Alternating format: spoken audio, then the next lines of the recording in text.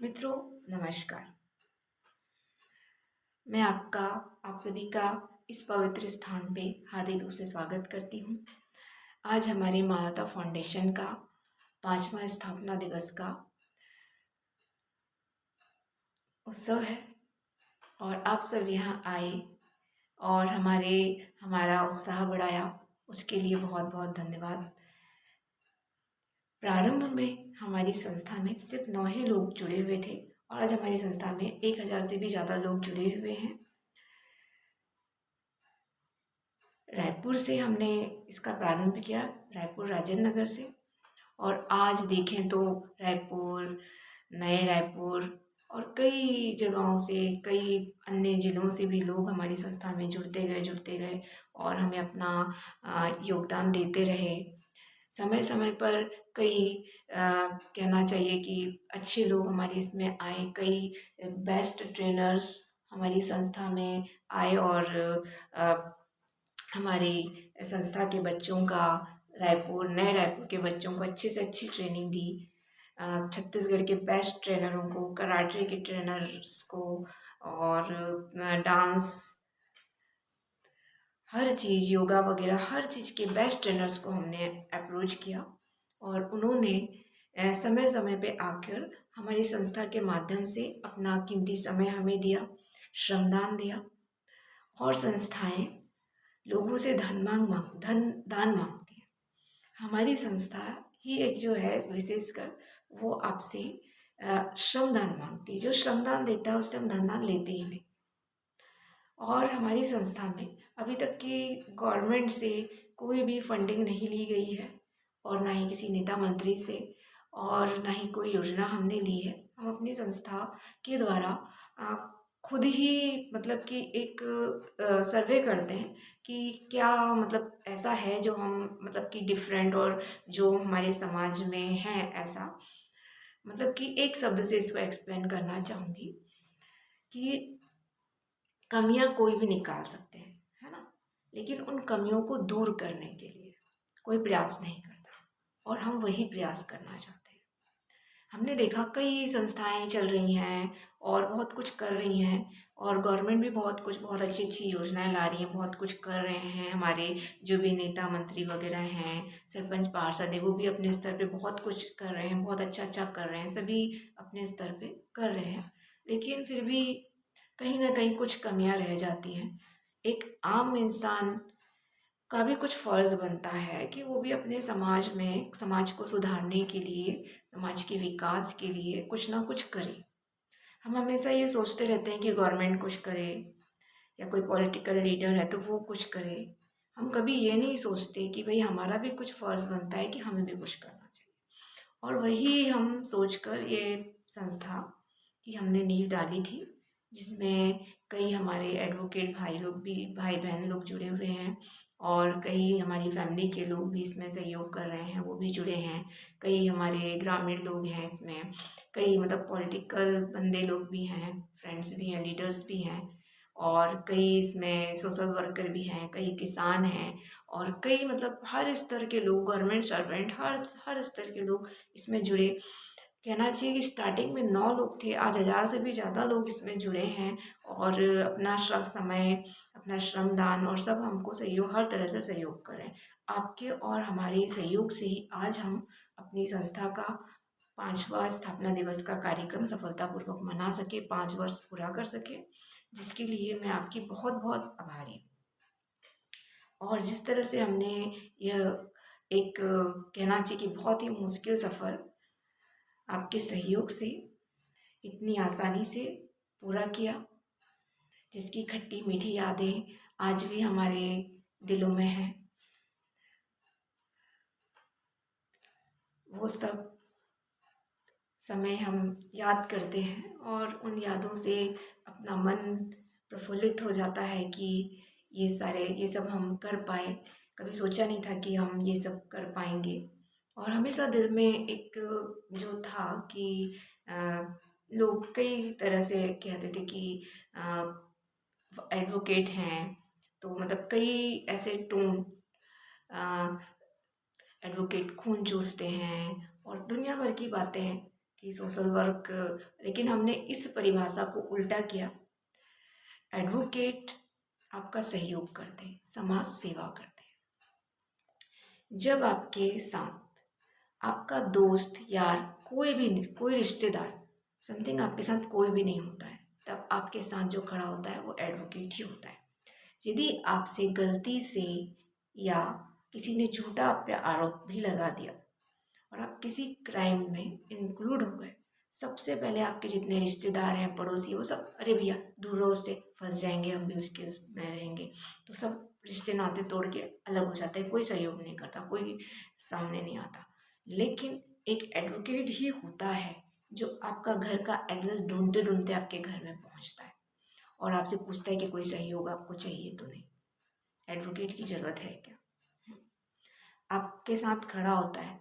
कई बार ऐसा भी होता है कि आप अगली पार्टी से के साथ किसी प्रकार की कोई डील करके अपना केस वापस ले लेते हैं, लेकिन वो एडवोकेट निष्ठा से आपके साथ खड़ा रहता है। उसे कितना हर्ट होता है कि आप इस तरह से कर रहे हैं, पीछे हट रहे हैं, पैसे लेके आपने केस वापस कर लिया। कई कई चीज़ें ऐसी होती हैं, लेकिन फिर भी जो एडवोकेट है वो डगमगाता नहीं है।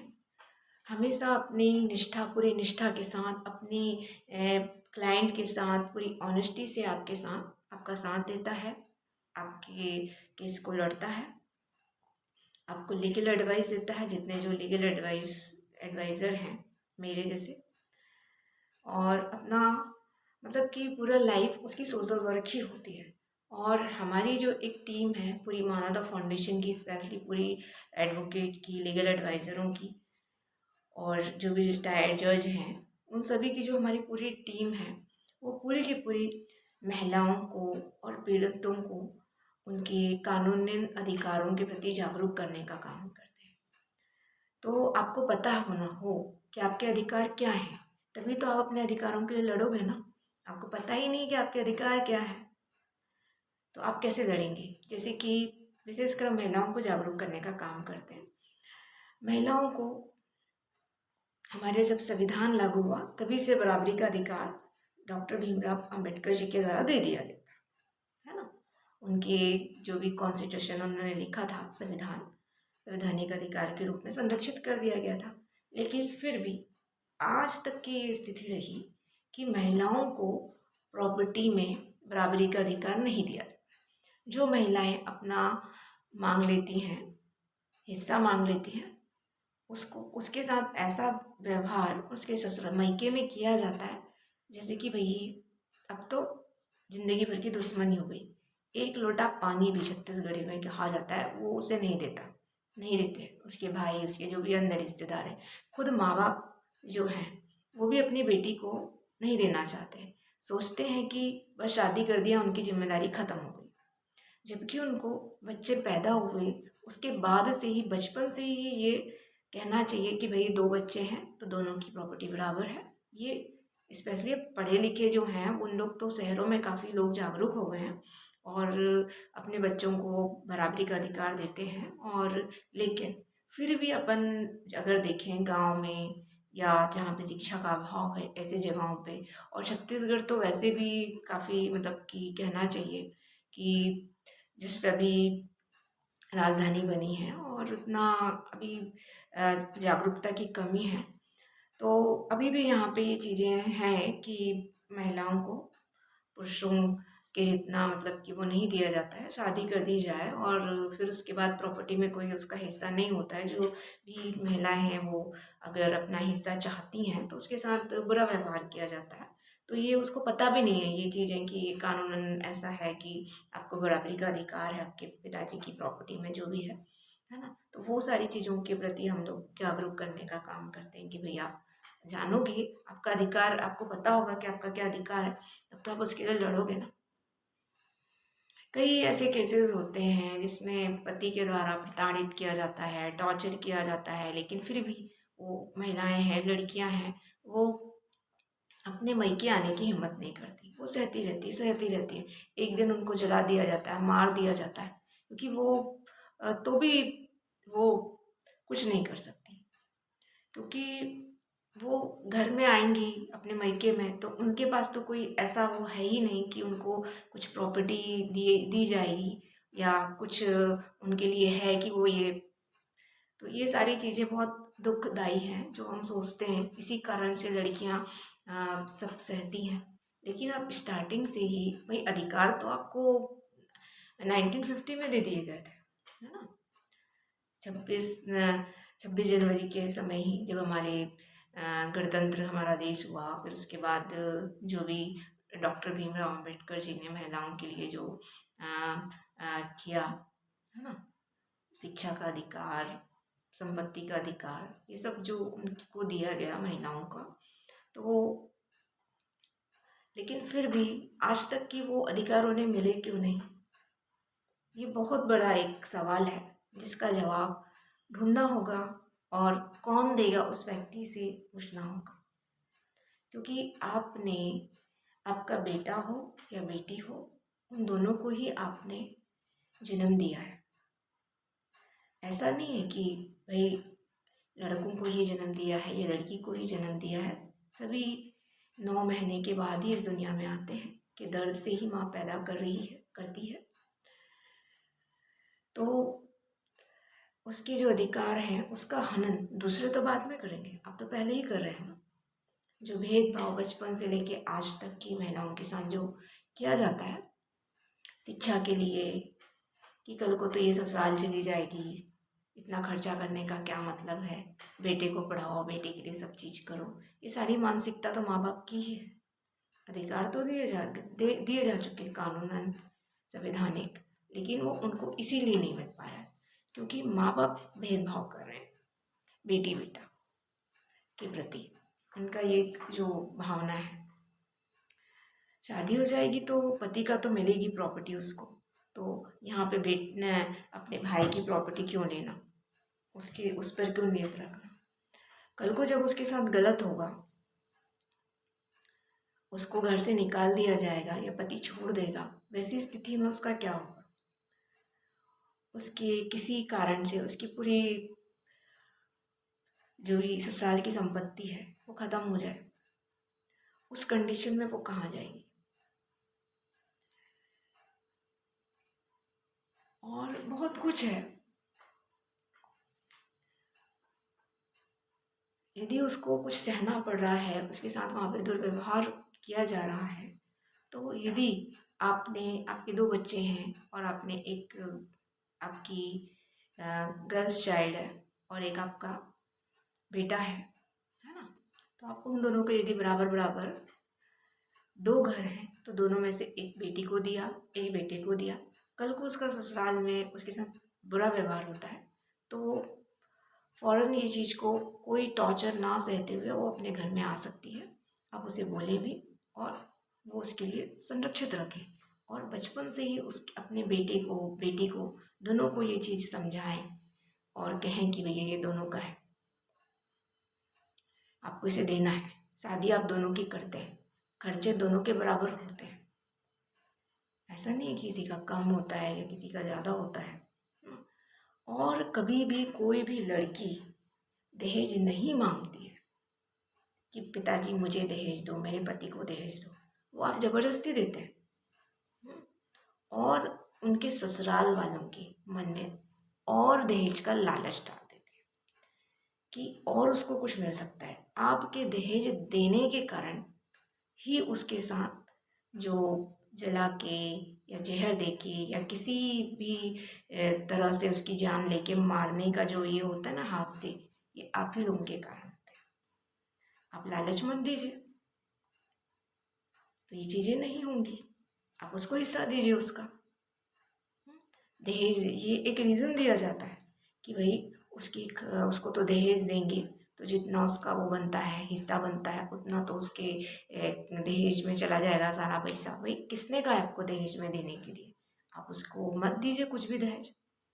आप उतना दहेज दे देंगे, उसके बाद और उनके दहेज के लालची लोगों की क्या और वो नहीं मांग नहीं बनेगी, वो ज़िंदगी भर उसको टॉर्चर करते रहेंगे। आप दे नहीं पाओगे, उसको जिंदा जला दिया जाएगा, या किसी और से कोई और बंदी है जिसके पास ज़्यादा पैसा है तो उससे वो दहेज लेने के चक्कर में आपकी बेटी के साथ ये इस टाइप की घटनाएं घटित होंगी, तो उसका भविष्य आप बना रहे हैं कि बिगाड़ रहे हैं? आपकी शान है कि आप दहेज दें, आपकी नाक ऊंची हो जाने वाली है। हाँ, ये आप जो सोचते हैं ना, ये आपकी बहुत गलती धारणा है कि आप दहेज देंगे और दहेज देने के बाद आपका हिसाब किताब हो गया बराबर, अब आपको कुछ भी वो नहीं देना है। इस दहेज में जो आप पैसा देना चाहते हैं, उसके बदले उसके लिए कोई संपत्ति बनाइए, घर बनाइए उसके लिए, ताकि अगर उसके साथ कुछ बुरा व्यवहार है तो वहाँ पे आके वो रह सके और मतलब कुछ भी कर सके, अपना एक व्यवसाय कर सके, अपने पैरों पे खड़ी हो सके। उसके नाम पे एक फिक्स डिपॉजिट करिए, जितना भी हिस्सा उसका बनता है वो आप उनके माँ बाप हैं बच्चियों के, तो आपका फर्ज बनता है कि आप उसकी संपत्ति की रक्षा करें, ताकि कोई हड़पे नहीं, चाहे वो आपका बेटा भी क्यों ना हो, आपकी बहू भी क्यों ना हो, कि उसके जाने के बाद भी उसकी संपत्ति सुरक्षित रहे, जिसमें वो कभी भी आकर अपना रह सकती है और अपना जो भी उसका इस्तेमाल करना चाहे वो कर सकती है। ये इस तरह से करने पर ही जागरूकता आएगी और जो ये किलिंग होती है ये बचेगी, बच पाएंगी लड़कियां दहेज प्रताड़ना से, दहेज से जो होते हैं इन सब कहते हुए भी ऐसा फील होता है कि बाप रे, कि जितनी महिलाओं के साथ इतनी दुखद घटनाएं घटित होती हैं, उनको जिंदा जला दिया जाता है, कितनी तकलीफ वो सहती हैं और उनके साथ जो भी गलत होता है। महिलाएं एक ऐसा वो है जिनकी लाइफ बिल्कुल कभी आसान नहीं रही। एक ज़माने में तो पैदा होते ही उनको माँ बाप खुद ही जिंदा दफन कर देते थे। राजस्थान के क्षेत्र में सुना जाता है कि दूध की बड़ी सी प्याली हुआ करती थी और उसमें उनको दूध पिलाने की कोई रस्म, कहते हैं कि दूध पिला दो अगली बार बेटा बन के आना, इस टाइप की एक रूढ़िवादिता के तहत खुद माँ बाप अपने बच्चों को का मर्डर कर देते थे, नवजात शिशुओं का, लेडी चाइल्ड का। तो बहुत ही पीड़ा जो बच्चियों ने जन्म लेते ही सही है, और जब जिन्होंने अपनी बेटियों को पैदा होते ही नहीं मारा, उन्होंने एक ज़माने में जब ये जिंदा जला देने का आम हुआ करता था कि हर घर में हर दूसरी तीसरी महिला के साथ सेम यही चीज़ें हो रही थी कि दहेज प्रताड़ना के उस पर उसको जिंदा जला दिया जा रहा था, एक ट्रेड ही बन गया था एक ज़माने में। ये चीज़ें भी महिलाओं ने बहुत सही। फिर अब एक जनरेशन आई जिसमें बहुत स्मार्टली लोग जब ये दहेज के ऊपर कानून बने तो भी ये दहेज का जो सिस्टम है वो ख़त्म नहीं हुआ। खाली हाथ तो नहीं भेजेंगे बेटी को, ये एक थिंकिंग थॉट्स लोगों की, और चोरी छुपे भी कि लोगों की इन्फॉर्मेशन से बाहर भी ये चीज़ें होती हैं, और ना चाहते हुए भी डिमांड पूरा करना, ये सब चीज़ें जागरूकता की कमी के कारण होता है, चल रहा है। तो इन सब चीज़ों का दौर जो महिलाओं ने एक देखा है, ये सारी चीज़ों की मतलब कि के प्रति जागरूकता आती गई अपने स्तर पे काफ़ी वुमन जो हैं इतना डेवलप हो चुके हैं, इतना जो कहना चाहिए कि जागरूकता आ चुकी है, और अब जिस लेवल पे हम पहुंच चुके हैं उस पर हमको अब क्या चाहिए, किस प्रकार की जागरूकता हमको चाहिए, उस प्रकार की जो कमी अभी रह गई है कि इतना होने के बावजूद भी क्या कहाँ पे हम चूक रहे हैं, चूक कर रहे हैं। हमारे माँ बाप जो इतने जागरूक हो चुके हैं, अपनी बच्चियों को बराबरी का अधिकार दे रहे हैं, आज के जो माँ बाप हैं अपने बच्चों को सम्मान बढ़ा रहे हैं, अपनी बेटियों को बेटों को, और उसके बावजूद भी क्यों जिस स्तर पर महिलाओं को होना चाहिए उस स्तर पर पहुंच नहीं पा रही हैं। उतना खुलकर वो काम वर्क नहीं कर पा रही हैं। सिर्फ लड़का लड़की एक समान बोलने से नहीं हो। हर इंसान को अपने लेवल पे कोशिश करनी पड़ेगी। मैं देखती हूँ स्कूल्स में, कॉलेज में, या रेलवे की टिकट में, या डाकघरों में आजकल एक लाइन लगाई जाती है और कहते हैं कि अ, कि महिलाओं को हम बराबरी का अधिकार दे रहे हैं, ये आपका बराबरी का अधिकार है कि आप एक लाइन में लगिए। जबकि ये दो लाइन क्यों बनाई गई थी, क्यों इसकी ज़रूरत थी, ये भी चीज़ों को सोचिए कि दो लाइन की आवश्यकता क्यों पड़ी थी। ताकि वो लड़कियों को जो लाइन में लगती हैं पुरुषों के साथ धक्कम धुक्की या छेड़छाड़ जैसी जो घटनाएं घटित होती थी, वो एक अलग महिलाओं की सुरक्षित लाइन जो होती है उसके कारण वो उनको आ, वो सारी जो उनके साथ अप्रिय घटनाएं घटित हो जाती है, छेड़छाड़, धक्कम धुक्की, जिससे उनके साथ कुछ गलत हो जाता है, वो ना हो, उसके लिए वो दो लाइनों का प्रावधान किया गया था।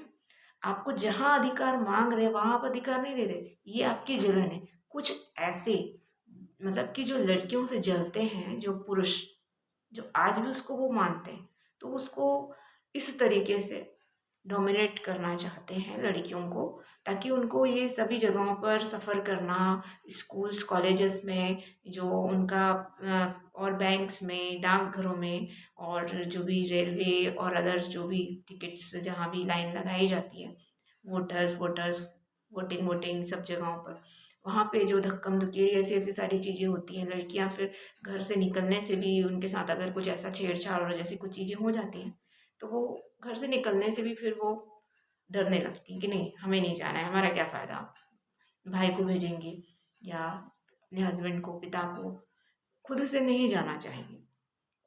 हर लड़कियां शरीर से इतनी सक्षम नहीं होती हैं कि वो अपनी आत्मरक्षा करने में मतलब कि सक्षम हो। कुछ लड़कियां नाजुक भी होती हैं और उनकी जो भी फिजिकल कंडीशंस हैं उसके हिसाब से भगवान ने उनको कुछ लेवल पे वैसा नाजुक बनाया भी है कि वो फूल सी नाजुक हैं, अपने पापाओं की परियां हैं। तो उनके साथ कुछ ऐसा छेड़छाड़ और ऐसी चीज़ें होती हैं, तो ये आप सुरक्षा प्रदान करेंगे कि भाई सुरक्षा देना भी तो आप ही का राइट्स है। जैसे हमारे माँ बाप होते हैं, हमें सुरक्षा प्रदान करते हैं, हमारे भाई बहन होते हैं, तो वैसे ही ये हमारे जो राज्य हैं उसके जो मुख्यमंत्री हैं, जो भी मंत्री हैं, जो भी हमारी सरकार है, अदर अदर कर्मचारी हैं, या जो भी हमारी ये डाकघर है तो वहाँ के जो भी वरिष्ठ हैं, जो भी हमारे स्कूल कॉलेजेस हैं वहाँ के जो वरिष्ठ हैं, वो भी सब हमारे माँ बाप जैसे ही हैं। तो उनको अपनी बच्चियों के जैसे हमको एक सुरक्षा प्रदान करना चाहिए। इस चीज़ को समझना चाहिए कि भाई ये जो लाइन बनाई गई है, ये विशेष जो महिलाओं के लिए अलग से लाइन बनाई गई है, उनकी सुरक्षा की दृष्टि से बनाई गई है। जैसे कि बसों में महिला सीट रिजर्व की जाती है, जैसे कि ट्रेन में महिलाओं की सीट रिजर्व की जाती है, ताकि उनके साथ कुछ ऐसा ना हो, छेड़छाड़ और कुछ भी गलत, उनको ज़्यादा देर खड़ा ना रहना पड़े, या ऐसे ये सारी चीज़ों के लिए इन्हें कहा जाता है। तो इनकी दलील ये होती है, बराबरी भी चाहिए और रिजर्वेशन भी चाहिए। भाई बराबरी, अब इसके लिए सिर्फ यही चीज़ की जा सकती है कि जो मर्दान मर्दानी जो एक मूवी थी रानी मुखर्जी की, उसमें जो एक डायलॉग वो कहती है कि बराबरी छोड़ो, हिस्सेदारी दे दो तो बड़ी बात है। तो यहाँ पे हिस्सेदारी के लिए कि वो आगे बढ़ सके, कर सके, ये आपका सहयोग है, आप उनको हिस्सेदारी करने दीजिए, इस तरह से उनके कामों में रोड़े मत डालिए, तभी वो प्रोग्रेस कर सकती है, सफल बन सकती है अपनी लाइफ में। कुछ सहयोग आपको भी करना चाहे पड़ेगा, और कंपटीशन मत करिए इस तरीके से कि आप उनको ये देखते हुए कि भाई महिलाएं हैं और हमसे आगे बढ़ रही हैं या किसी तरीके से आगे बढ़ सकती है, तो किस तरीके से हम उनके रास्ते में रोड़े उत्पन्न कर सकते हैं। आपकी जो एक जलस की भावना एक है कुछ लोगों में, ये है कि हम उनको आगे ना बढ़ने दें, और इस तरीके से हम करेंगे तो वो अपने घर में जाके बैठ जाएंगे। ये सोच होती है, छोटी सोच। अपनी सोच को बड़ा कीजिए। वो लड़कियां आपकी बहन हैं, आपकी माँ हैं, आपकी बेटियां हैं, आपकी रिलेटिव्स हैं। आप सहयोग नहीं करेंगे तो कौन करेगा? इसलिए आपको सहयोग करना होगा।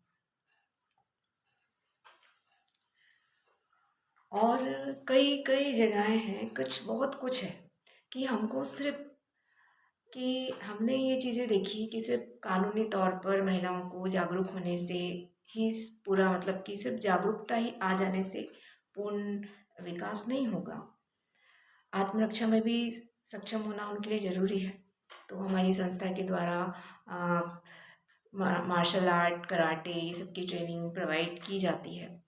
जो छत्तीसगढ़ के बेस्ट ट्रेनर्स हैं, समय समय पर हम उन्हें बुलाकर अपनी संस्था के माध्यम से एक रायपुर, नए रायपुर और विभिन्न क्षेत्रों में ट्रेनिंग प्रोग्राम देते हैं। जैसे पहले साल में हमने मतलब मंथली साप्ताहिक मासिक कार्यक्रम चलाया, जो कि महीने के मतलब वीकली चलता था, और हर महीने के पहले हफ्ते में। और फिर उसके बाद 1 साल तक ये पूरा हमारा कैंप के माध्यम से ये चला। फिर उसके बाद सेकेंड ईयर हमने मंथली प्रोग्राम चलाया, और 1 साल तक की पूरा हम बच्चों को, महिलाओं को, सबको ट्रेनिंग दी है, ताकि आत्मरक्षा करने में वो सक्षम हो सके। इस वर्ष भी हमारा ये आत्मरक्षा के प्रति जागरूकता पे ही मतलब महीने चल रहा है। तो उस पर हम लोग अभी ट्रेन टू ट्रेनर का प्रोग्राम चला रहे हैं, जिसमें कि अब हमें ये देखा कि हम चाहते तो पूरे छत्तीसगढ़ को कवर अप करना था, लेकिन रायपुर और नए रायपुर के कुछ क्षेत्रों को ही हम कवर कर पाए, क्योंकि हमारे पास इतने ट्रेनर्स नहीं हैं कि जो पूरे छत्तीसगढ़ को कवर अप कर पाए। तो इसलिए हमने ये योजना बनाई कि इस वर्ष हम ट्रेनर को ट्रेन करेंगे, ताकि मतलब 1 साल तक के पूरे हम निःशुल्क सारे ट्रेनर को, जो भी 18 प्लस है, उनको ट्रेन करेंगे, और उनमें से सेलेक्टेड जो 10 ट्रेनर्स होंगे उसको हम हमारी संस्था में रोजगार प्रदान करेंगे, मंथली सैलरी में रखेंगे उसको। और बाकी के जो भी ट्रेनर रहेंगे उनके गांव में और आसपास के जहाँ पर भी ट्रेनर्स की आवश्यकता होगी, वहाँ पे उनको प्रोवाइड किया जाए। ये मतलब कि क्या है कि ज़्यादातर लोगों की डिमांड थी महिला ट्रेनर की, और वो गिने चुने कुछ ही ट्रेनर्स हैं, और उतने ट्रेनर्स नहीं हैं। मैं भी खुद एक कराटे की ट्रेनर हूँ, और मैं डिस्ट्रिक्ट टूर्नामेंट जीत चुकी हूँ, और काफ़ी मैंने इस पे, मेरा बहुत इंटरेस्ट था बचपन से ही। तो मैं काफ़ी एक्टिव रही स्पोर्ट्स में, हर काम एक एज में करती रही, जब जब जिस जिस चीज़ की आवश्यकता पड़ी। डांस की भी मैंने ट्रेनिंग ली, और हमारी संस्था के द्वारा मैं डांस भी सिखाती हूँ। एट प्रेजेंट ट्रेनर हूँ। कंप्यूटर की भी मैंने एक समय पे ट्रेनिंग ली, काफ़ी CCA DCA PGDCA वगैरह किया, और ट्रेनिंग लोगों को मैं कंप्यूटर का भी प्रशिक्षण देती हूँ। और भी कई ट्रेनर्स हैं, वो भी प्रशिक्षण देते हैं मेरे साथ, क्योंकि एक की बस की तो है ही नहीं कि हम सब ट्रेनिंग अकेले मैं ट्रेनिंग करवा सकूँ। और LLB की थी, तो LLB और LLM के स्टूडेंट्स को मैं स्टडी कराती हूँ, पढ़ाती हूँ। ऑनलाइन भी पढ़ाती हूँ, ऑफलाइन भी पढ़ाती हूँ। दोनों तरीके से मैं पढ़ा रही हूँ पिछले 5 सालों से। और महिलाओं को जागरूक करने का काम तो हम करते ही रहे हैं, और प्लस क्या है कि कुकिंग, ब्यूटी पार्लर का कोर्स वो और ट्रेनर भी प्रोवाइड करते हैं, वो भी ट्रेनिंग देते हैं, मैं भी ट्रेनिंग देती हूँ, और हम सब मिलके ट्रेनिंग दे रहे हैं। हमने सारे बेस्ट ट्रेनर्स को रखा है हमारी संस्थान में। मैं खुद उनको अपने लेवल पे चेक करती हूँ कि भाई इसको, जिसका भी जिसे भी हम हमारे माना तो फाउंडेशन में ट्रेनर और टीचर अपॉइंट करते हैं, हर एक फैकल्टी को मैं खुद अपने लेवल पे चेक करती हूँ कि उसको कितना क्या आता है। हमारे जो भी स्टूडेंट हैं उनको एकदम बेस्ट चीज़ मिले, अच्छा, सबसे मतलब कि सबसे अच्छी क्वालिटी के जो टीचर्स हैं, सबसे अच्छे ट्रेनर्स, जो बेस्ट ट्रेनर्स, हम उनको प्रोवाइड करें। जैसी ट्रेनिंग मैं मेरे टाइम पे जब मैं सीख रही थी, प्रशिक्षण ले रही थी, तो मुझे चाहिए थी, और जैसे ट्रेनर से मैंने जो भी अपनी ट्रेनिंग की है, वैसे ही जो ट्रेनर है जो मुझे दिखता है कि भाई मेरे गुरु बनने लायक हैं, मतलब जैसे मेरे टीचर्स रहे हैं वैसे हैं, उन्हें ही मैं अपनी संस्था में अपॉइंट करती हूँ। ऐसा नहीं कि कोई भी आया और उन्हें मैंने अपॉइंट कर दिया। कई ऐसे ट्रेनर्स भी आए, उन्होंने हमसे कहा कि, लेकिन हमने उनको मना कर दिया कि नहीं, अपने लेवल पे हमने उनको चेक किया, जिसके कारण खैर छोड़ो वो सब चीज़ें।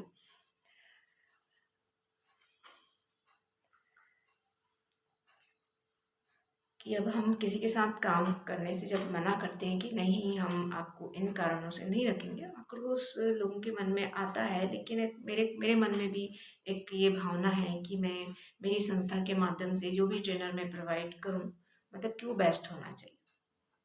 मैं बेस्ट ट्रेनर प्रोवाइड करना चाहती हूँ, चाहे उसके लिए मैं मतलब बच्चों को निःशुल्क ट्रेनिंग प्रोवाइड करूँ या कोई मिनिमम चार्ज मैं उस पर लगाऊँ।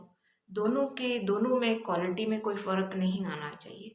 कोई मुझसे ये कहे कि फ्री में सिखा रहे हैं तो ऐसे ही सिखाएंगे, मतलब कि फ्री का तो कैसा ही होता है, ये शब्द मैं नहीं सुनना चाहती। मैं चाहती हूँ कि लोग ये कहें, और लोग कहते हैं।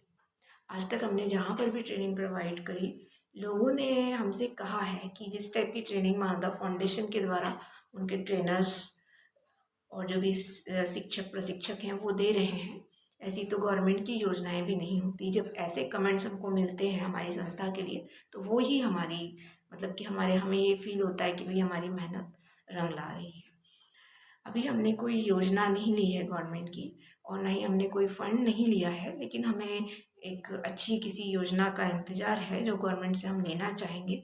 और बिल्कुल जो भी पॉलिटिकल लीडर या जो भी ऐसे व्यक्ति हैं जो हमारी संस्था में कोई फंड देना चाहते हैं, हमें भी फाइनेंसर की आवश्यकता है। हमारी मानवता फाउंडेशन में अभी फंड की कमी है, तो हम गवर्नमेंट से भी फंड लेना चाहेंगे ताकि हम जो भी काम कर रहे हैं उसको एक बड़े स्तर पे कर सकें, जो आज हम छोटे स्तर पे कर रहे हैं फंड की कमी होने के कारण।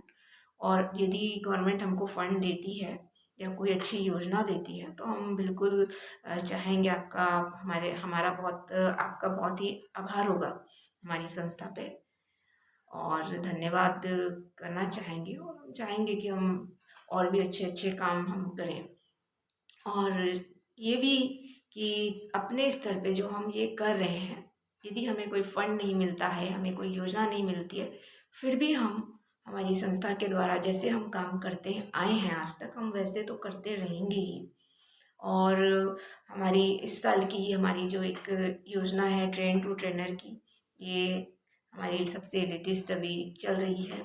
और इसके बाद नेक्स्ट हमारी जो एक प्लानिंग है वो ये है कि हम छत्तीसगढ़ के जितने भी कोर्ट हैं वहाँ पर जितनी भी महिला अधिवक्ताएं हैं, उन सभी को हम कराटे मार्शल आर्ट की ट्रेनिंग प्रोवाइड करना चाहते हैं। तो ये भी यदि हमको कोर्ट में जो भी जज हैं या जो भी कानून के मंत्री हैं, सुरक्षा मंत्री हैं,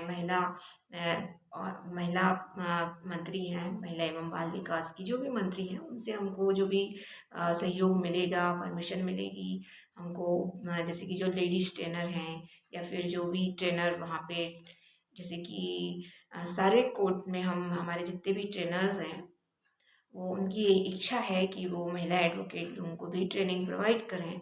और इसलिए है क्योंकि अ, भले महिला एडवोकेट और जो भी एडवोकेट हैं उसमें कोई फ़र्क नहीं होता है। एक जेंट्स एडवोकेट और महिला एडवोकेट में वो काम में दोनों ही दक्ष होते हैं, अपने काम में एक्सपर्ट होते हैं। कोर्ट के अंदर वो अपना केस जैसे जो भी उन्होंने लिया वो जीत जाते हैं, और चाहे महिला हो चाहे पुरुष हो। लेकिन कोर्ट के बाहर जैसे किसी भी क्लाइंट के पक्ष में वो केस लड़ते हैं, तो उसकी अपोजिट पार्टी उसके ऊपर हमले करवाती है, धमकी देती है। अब वो सिर्फ महिला एडवोकेट नहीं, पुरुषों के साथ भी ये चीज़ें होती हैं। बहुत ही कहना चाहिए कि ये अप्रिय घटनाएँ घटित हुई हैं। अभी हाल में ही कइयों के साथ मर्डर जितनी भी कई एडवोकेटों के साथ ऐसा भी हुआ है, कई जजों के साथ भी हिंसक घटनाएँ घटित हुई हैं। और इसके कारण मतलब ये बहुत ही कहना चाहिए कि जब जेंट्स एडवोकेट के साथ इतना कुछ हो सकता है, तो महिला एडवोकेट के साथ तो और भी बहुत कुछ करने की धमकियाँ दी जाती है और किया भी जाता है।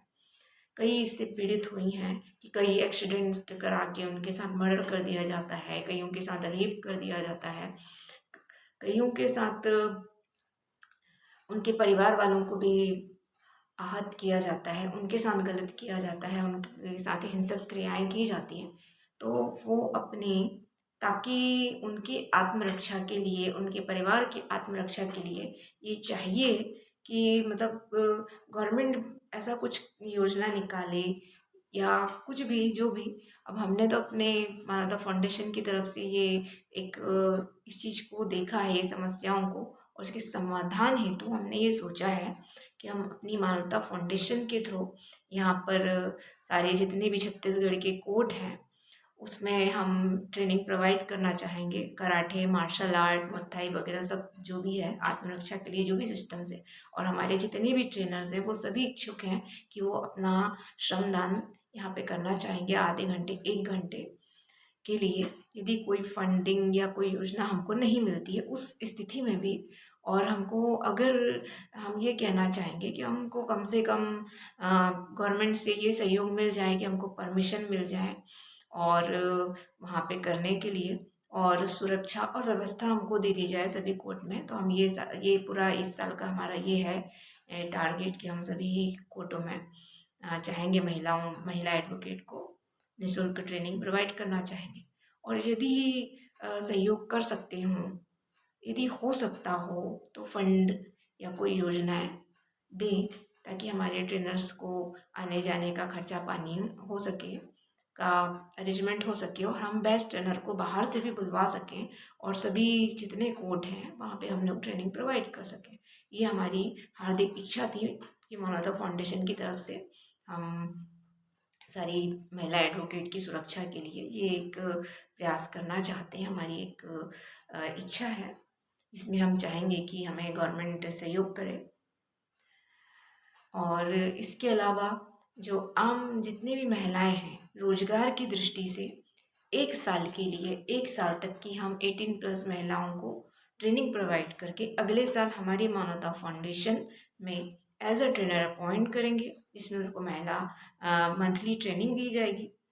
अभी हमने हमारे काम करने की इस पीरियड में कि 2 सालों से जैसे कि हम इस फील्ड में स्पेशली वर्क कर रहे हैं स्कूल्स, कॉलेज और अपने क्षेत्रों में सरपंच, पार्षद के सहयोग से, और जो भी लोग हैं, जो भी हमें जगह व्यवस्था और सुरक्षा प्रोवाइड करते हैं, जहाँ-जहाँ हमको मिल रही है वहाँ-वहाँ पे। तो हमने ये देखा कि भाई बहुत छत्तीसगढ़ मतलब रायपुर, नए रायपुर में बहुत सारे, जैसे नए रायपुर में बोलोगे 250 से भी ज़्यादा गांव हैं। रायपुर में बोलोगे तो इतने सारे पूरे एक एक वार्ड, बहुत सारे वार्ड। तो हर जगह पे हम इतने ट्रेनर्स ना होने के कारण अभाव में हम कुछ ही जगहों पर, कुछ कुछ पॉइंट्स पे 5-10 ऐसे जगहों पर हम, कुछ रायपुर में 4-5, कुछ नए रायपुर में कुछ पॉइंट्स पर 4-5 गाँव पर, कुछ सेक्टर्स पे हम इस तरह से ट्रेनिंग प्रोवाइड करते रहे। और इसलिए हमने ये सोचा कि अब जो बाहर के ट्रेनर्स हैं, अब उनके आने जाने का खर्चा, रहना, ये सब चीज़ें वो हम में बहुत ही मतलब खर्चा होता है, जिसके कारण हम उनको बाहर के ट्रेनर्स को इतना मतलब नहीं बुला पाते हैं। सिर्फ एज अ गेस्ट ही हम उनको बुलाते हैं, या वीकली, मंथली, या किसी सेमिनार के लिए कि एक आध दिन वो आके कुछ श्रमदान हमको दे सकें। जो यहाँ के जो ट्रेनर्स हैं वो मंथली ही पूरा मतलब ट्रेनिंग देते हैं, जो कि वो श्रमदान के माध्यम से आधे घंटे 1 घंटे फ्री भी हम, हमारे जो स्टूडेंट्स हैं जो अपनी फ़ीस अफोर्ड नहीं कर सकते, वो उन्हें सिखाते हैं। मैं खुद एक ट्रेनर हूँ, मैंने भी सब पूरे 2 सालों से मैं ट्रेन किया है बच्चों को और महिलाओं को, और हम सब मिलके ट्रेनिंग प्रोग्राम पिछले 2 सालों से चला रहे हैं कराटे मार्शल आर्ट की, और हम चाहते हैं कि आगे भी हम ये करें, लेकिन हमको सहयोग की आवश्यकता है। सहयोग हमको इस तरह से चाहिए कि हमको ट्रेनर्स चाहिए। तो हमने इस साल जैसे कि पहले वीकली सिखाया, फिर मंथली सिखाया, बच्चों को सिखाया, महिलाओं को, सबको सिखाया।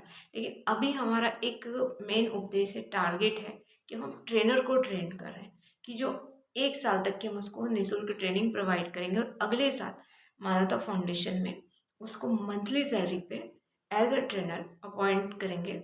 और मतलब कि कम से कम 100-200 जितने हमको मिल सके, कम से कम 100, ताकि हम अ, पूरे छत्तीसगढ़ में एज अ ट्रेनर, हम ट्रेनर की मेकिंग करेंगे, ट्रेनर बनेंगे, उन ट्रेनर्स को हम सब जगह पे प्रोवाइड करेंगे जहाँ जहाँ ट्रेनर की हमें आवश्यकता पड़ेगी। क्योंकि हमने देखा कि जनरली गर्ल्स स्कूल्स में, कॉलेजेस में, और जो भी हैं गांव में, ज़्यादातर महिला ट्रेनर की आवश्यकता की डिमांड रहती है, और महिला ट्रेनर्स कुछ कम ही होती हैं, और इसके कारण वो डिमांड पूरी नहीं हो पा रही थी। और इसलिए हमने सोचा कि हम खुद महिलाओं को एज अ मतलब ट्रेनर ट्रेन करेंगे, और ट्रेन करने के बाद हम उनको महिला ट्रेनर के रूप में उनका ब्लैक बेल्ट और जो भी होना चाहिए वो सब कुछ कंप्लीट करवा के उनको हम एज अ ट्रेनर हम प्रोवाइड करेंगे अपनी संस्था के द्वारा, ताकि हम ज़्यादा से ज़्यादा लोगों को आत्मरक्षा के प्रति जागरूक कर सकें, और हमारी जो योजनाएं हमने भविष्य में सोची है तो उसे हम पूरा कर सकें। और ट्रेनर्स के अभाव में हम एक सीमित ना रह जाएं कि हम इतने जगहों पे कर पाएँ या उतने पॉइंट्स पे कर पाएँ, हम पूरे छत्तीसगढ़ पे कर पाएँ। तो ये हमारी एक टीम पूरी जो हम स्टाफ के माध्यम से अपना हमने एक प्लान किया है कि हम ये कर रहे हैं। और जैसे आपका और सभी का सहयोग जैसे अगर हमको मिलेगा तो ये हम करना चाहेंगे कि हमको ज़्यादा से ज़्यादा लड़कियां चाहिए, 18+ गर्ल्स हैं जो स्कूल्स की हैं, कॉलेज की हैं, किसी भी क्षेत्र की हैं, जो भी एज अ ट्रेनर इंटरेस्टेड हैं, वो ट्रेनिंग 1 महीने की, 1 साल की पूरी ट्रेनिंग हमसे लेकर एज अ ट्रेनर रोजगार के रूप में जो करना चाहती हैं वो भी कर सकती है, एज अ ट्रेनर बन सकती हैं, और अपने जैसी और कई ट्रेनर्स को भी वो ट्रेन कर सकती है। हमारी ये जो चेन जो हम बना रहे हैं उसमें वो जुड़ सकती है हमारी संस्था में। सबका हमारी संस्था में वेलकम है, वो जुड़ें। और जो भी लोग हैं जो आर्थिक रूप से हमें कोई सहयोग देना चाहते हैं, फंडिंग देना चाहते हैं, तो उसका भी बहुत वेलकम है। जो भी हमारी संस्था में जो ट्रेनर्स हैं और जो और नए ट्रेनर्स हैं जो आना चाहते हैं, अपना श्रमदान देना चाहते हैं, जो किसी भी क्षेत्र में हैं, चाहे वो कराटे मार्शल आर्ट के क्षेत्र में हों, चाहे वो डांसर्स हों, या फिर वो बहुत अच्छी ब्यूटिशियंस हों, या फिर वो बहुत अच्छे ड्रेस डिज़ाइन करते हों, ड्रेस डिज़ाइनर हों, कंप्यूटर का ज्ञान रखते हो, नॉलेज रखते हों, सिलाई जानते हों, या जो भी उनका हुनर है, अपने हुनर को वो हमारे इस संस्था के माध्यम से आम लोगों तक पहुंचाना चाहते तो उनका भी वेलकम है। और आप आइए हमारी संस्था में जुड़िए और देखिए हमारे यहाँ पे जो भी काम होते हैं कैसे हो रहे हैं। और हमारी संस्था में MSW के जो स्टूडेंट्स हैं उन लोगों को भी एज अ को भी ट्रेन किया जाता है कि वो भी इंटर्नशिप हमारी संस्था में आके कर सकते हैं, और जो भी है समाज सेवा का काम जो है वो सीख सकते हैं, समाज सेवा कर सकते हैं।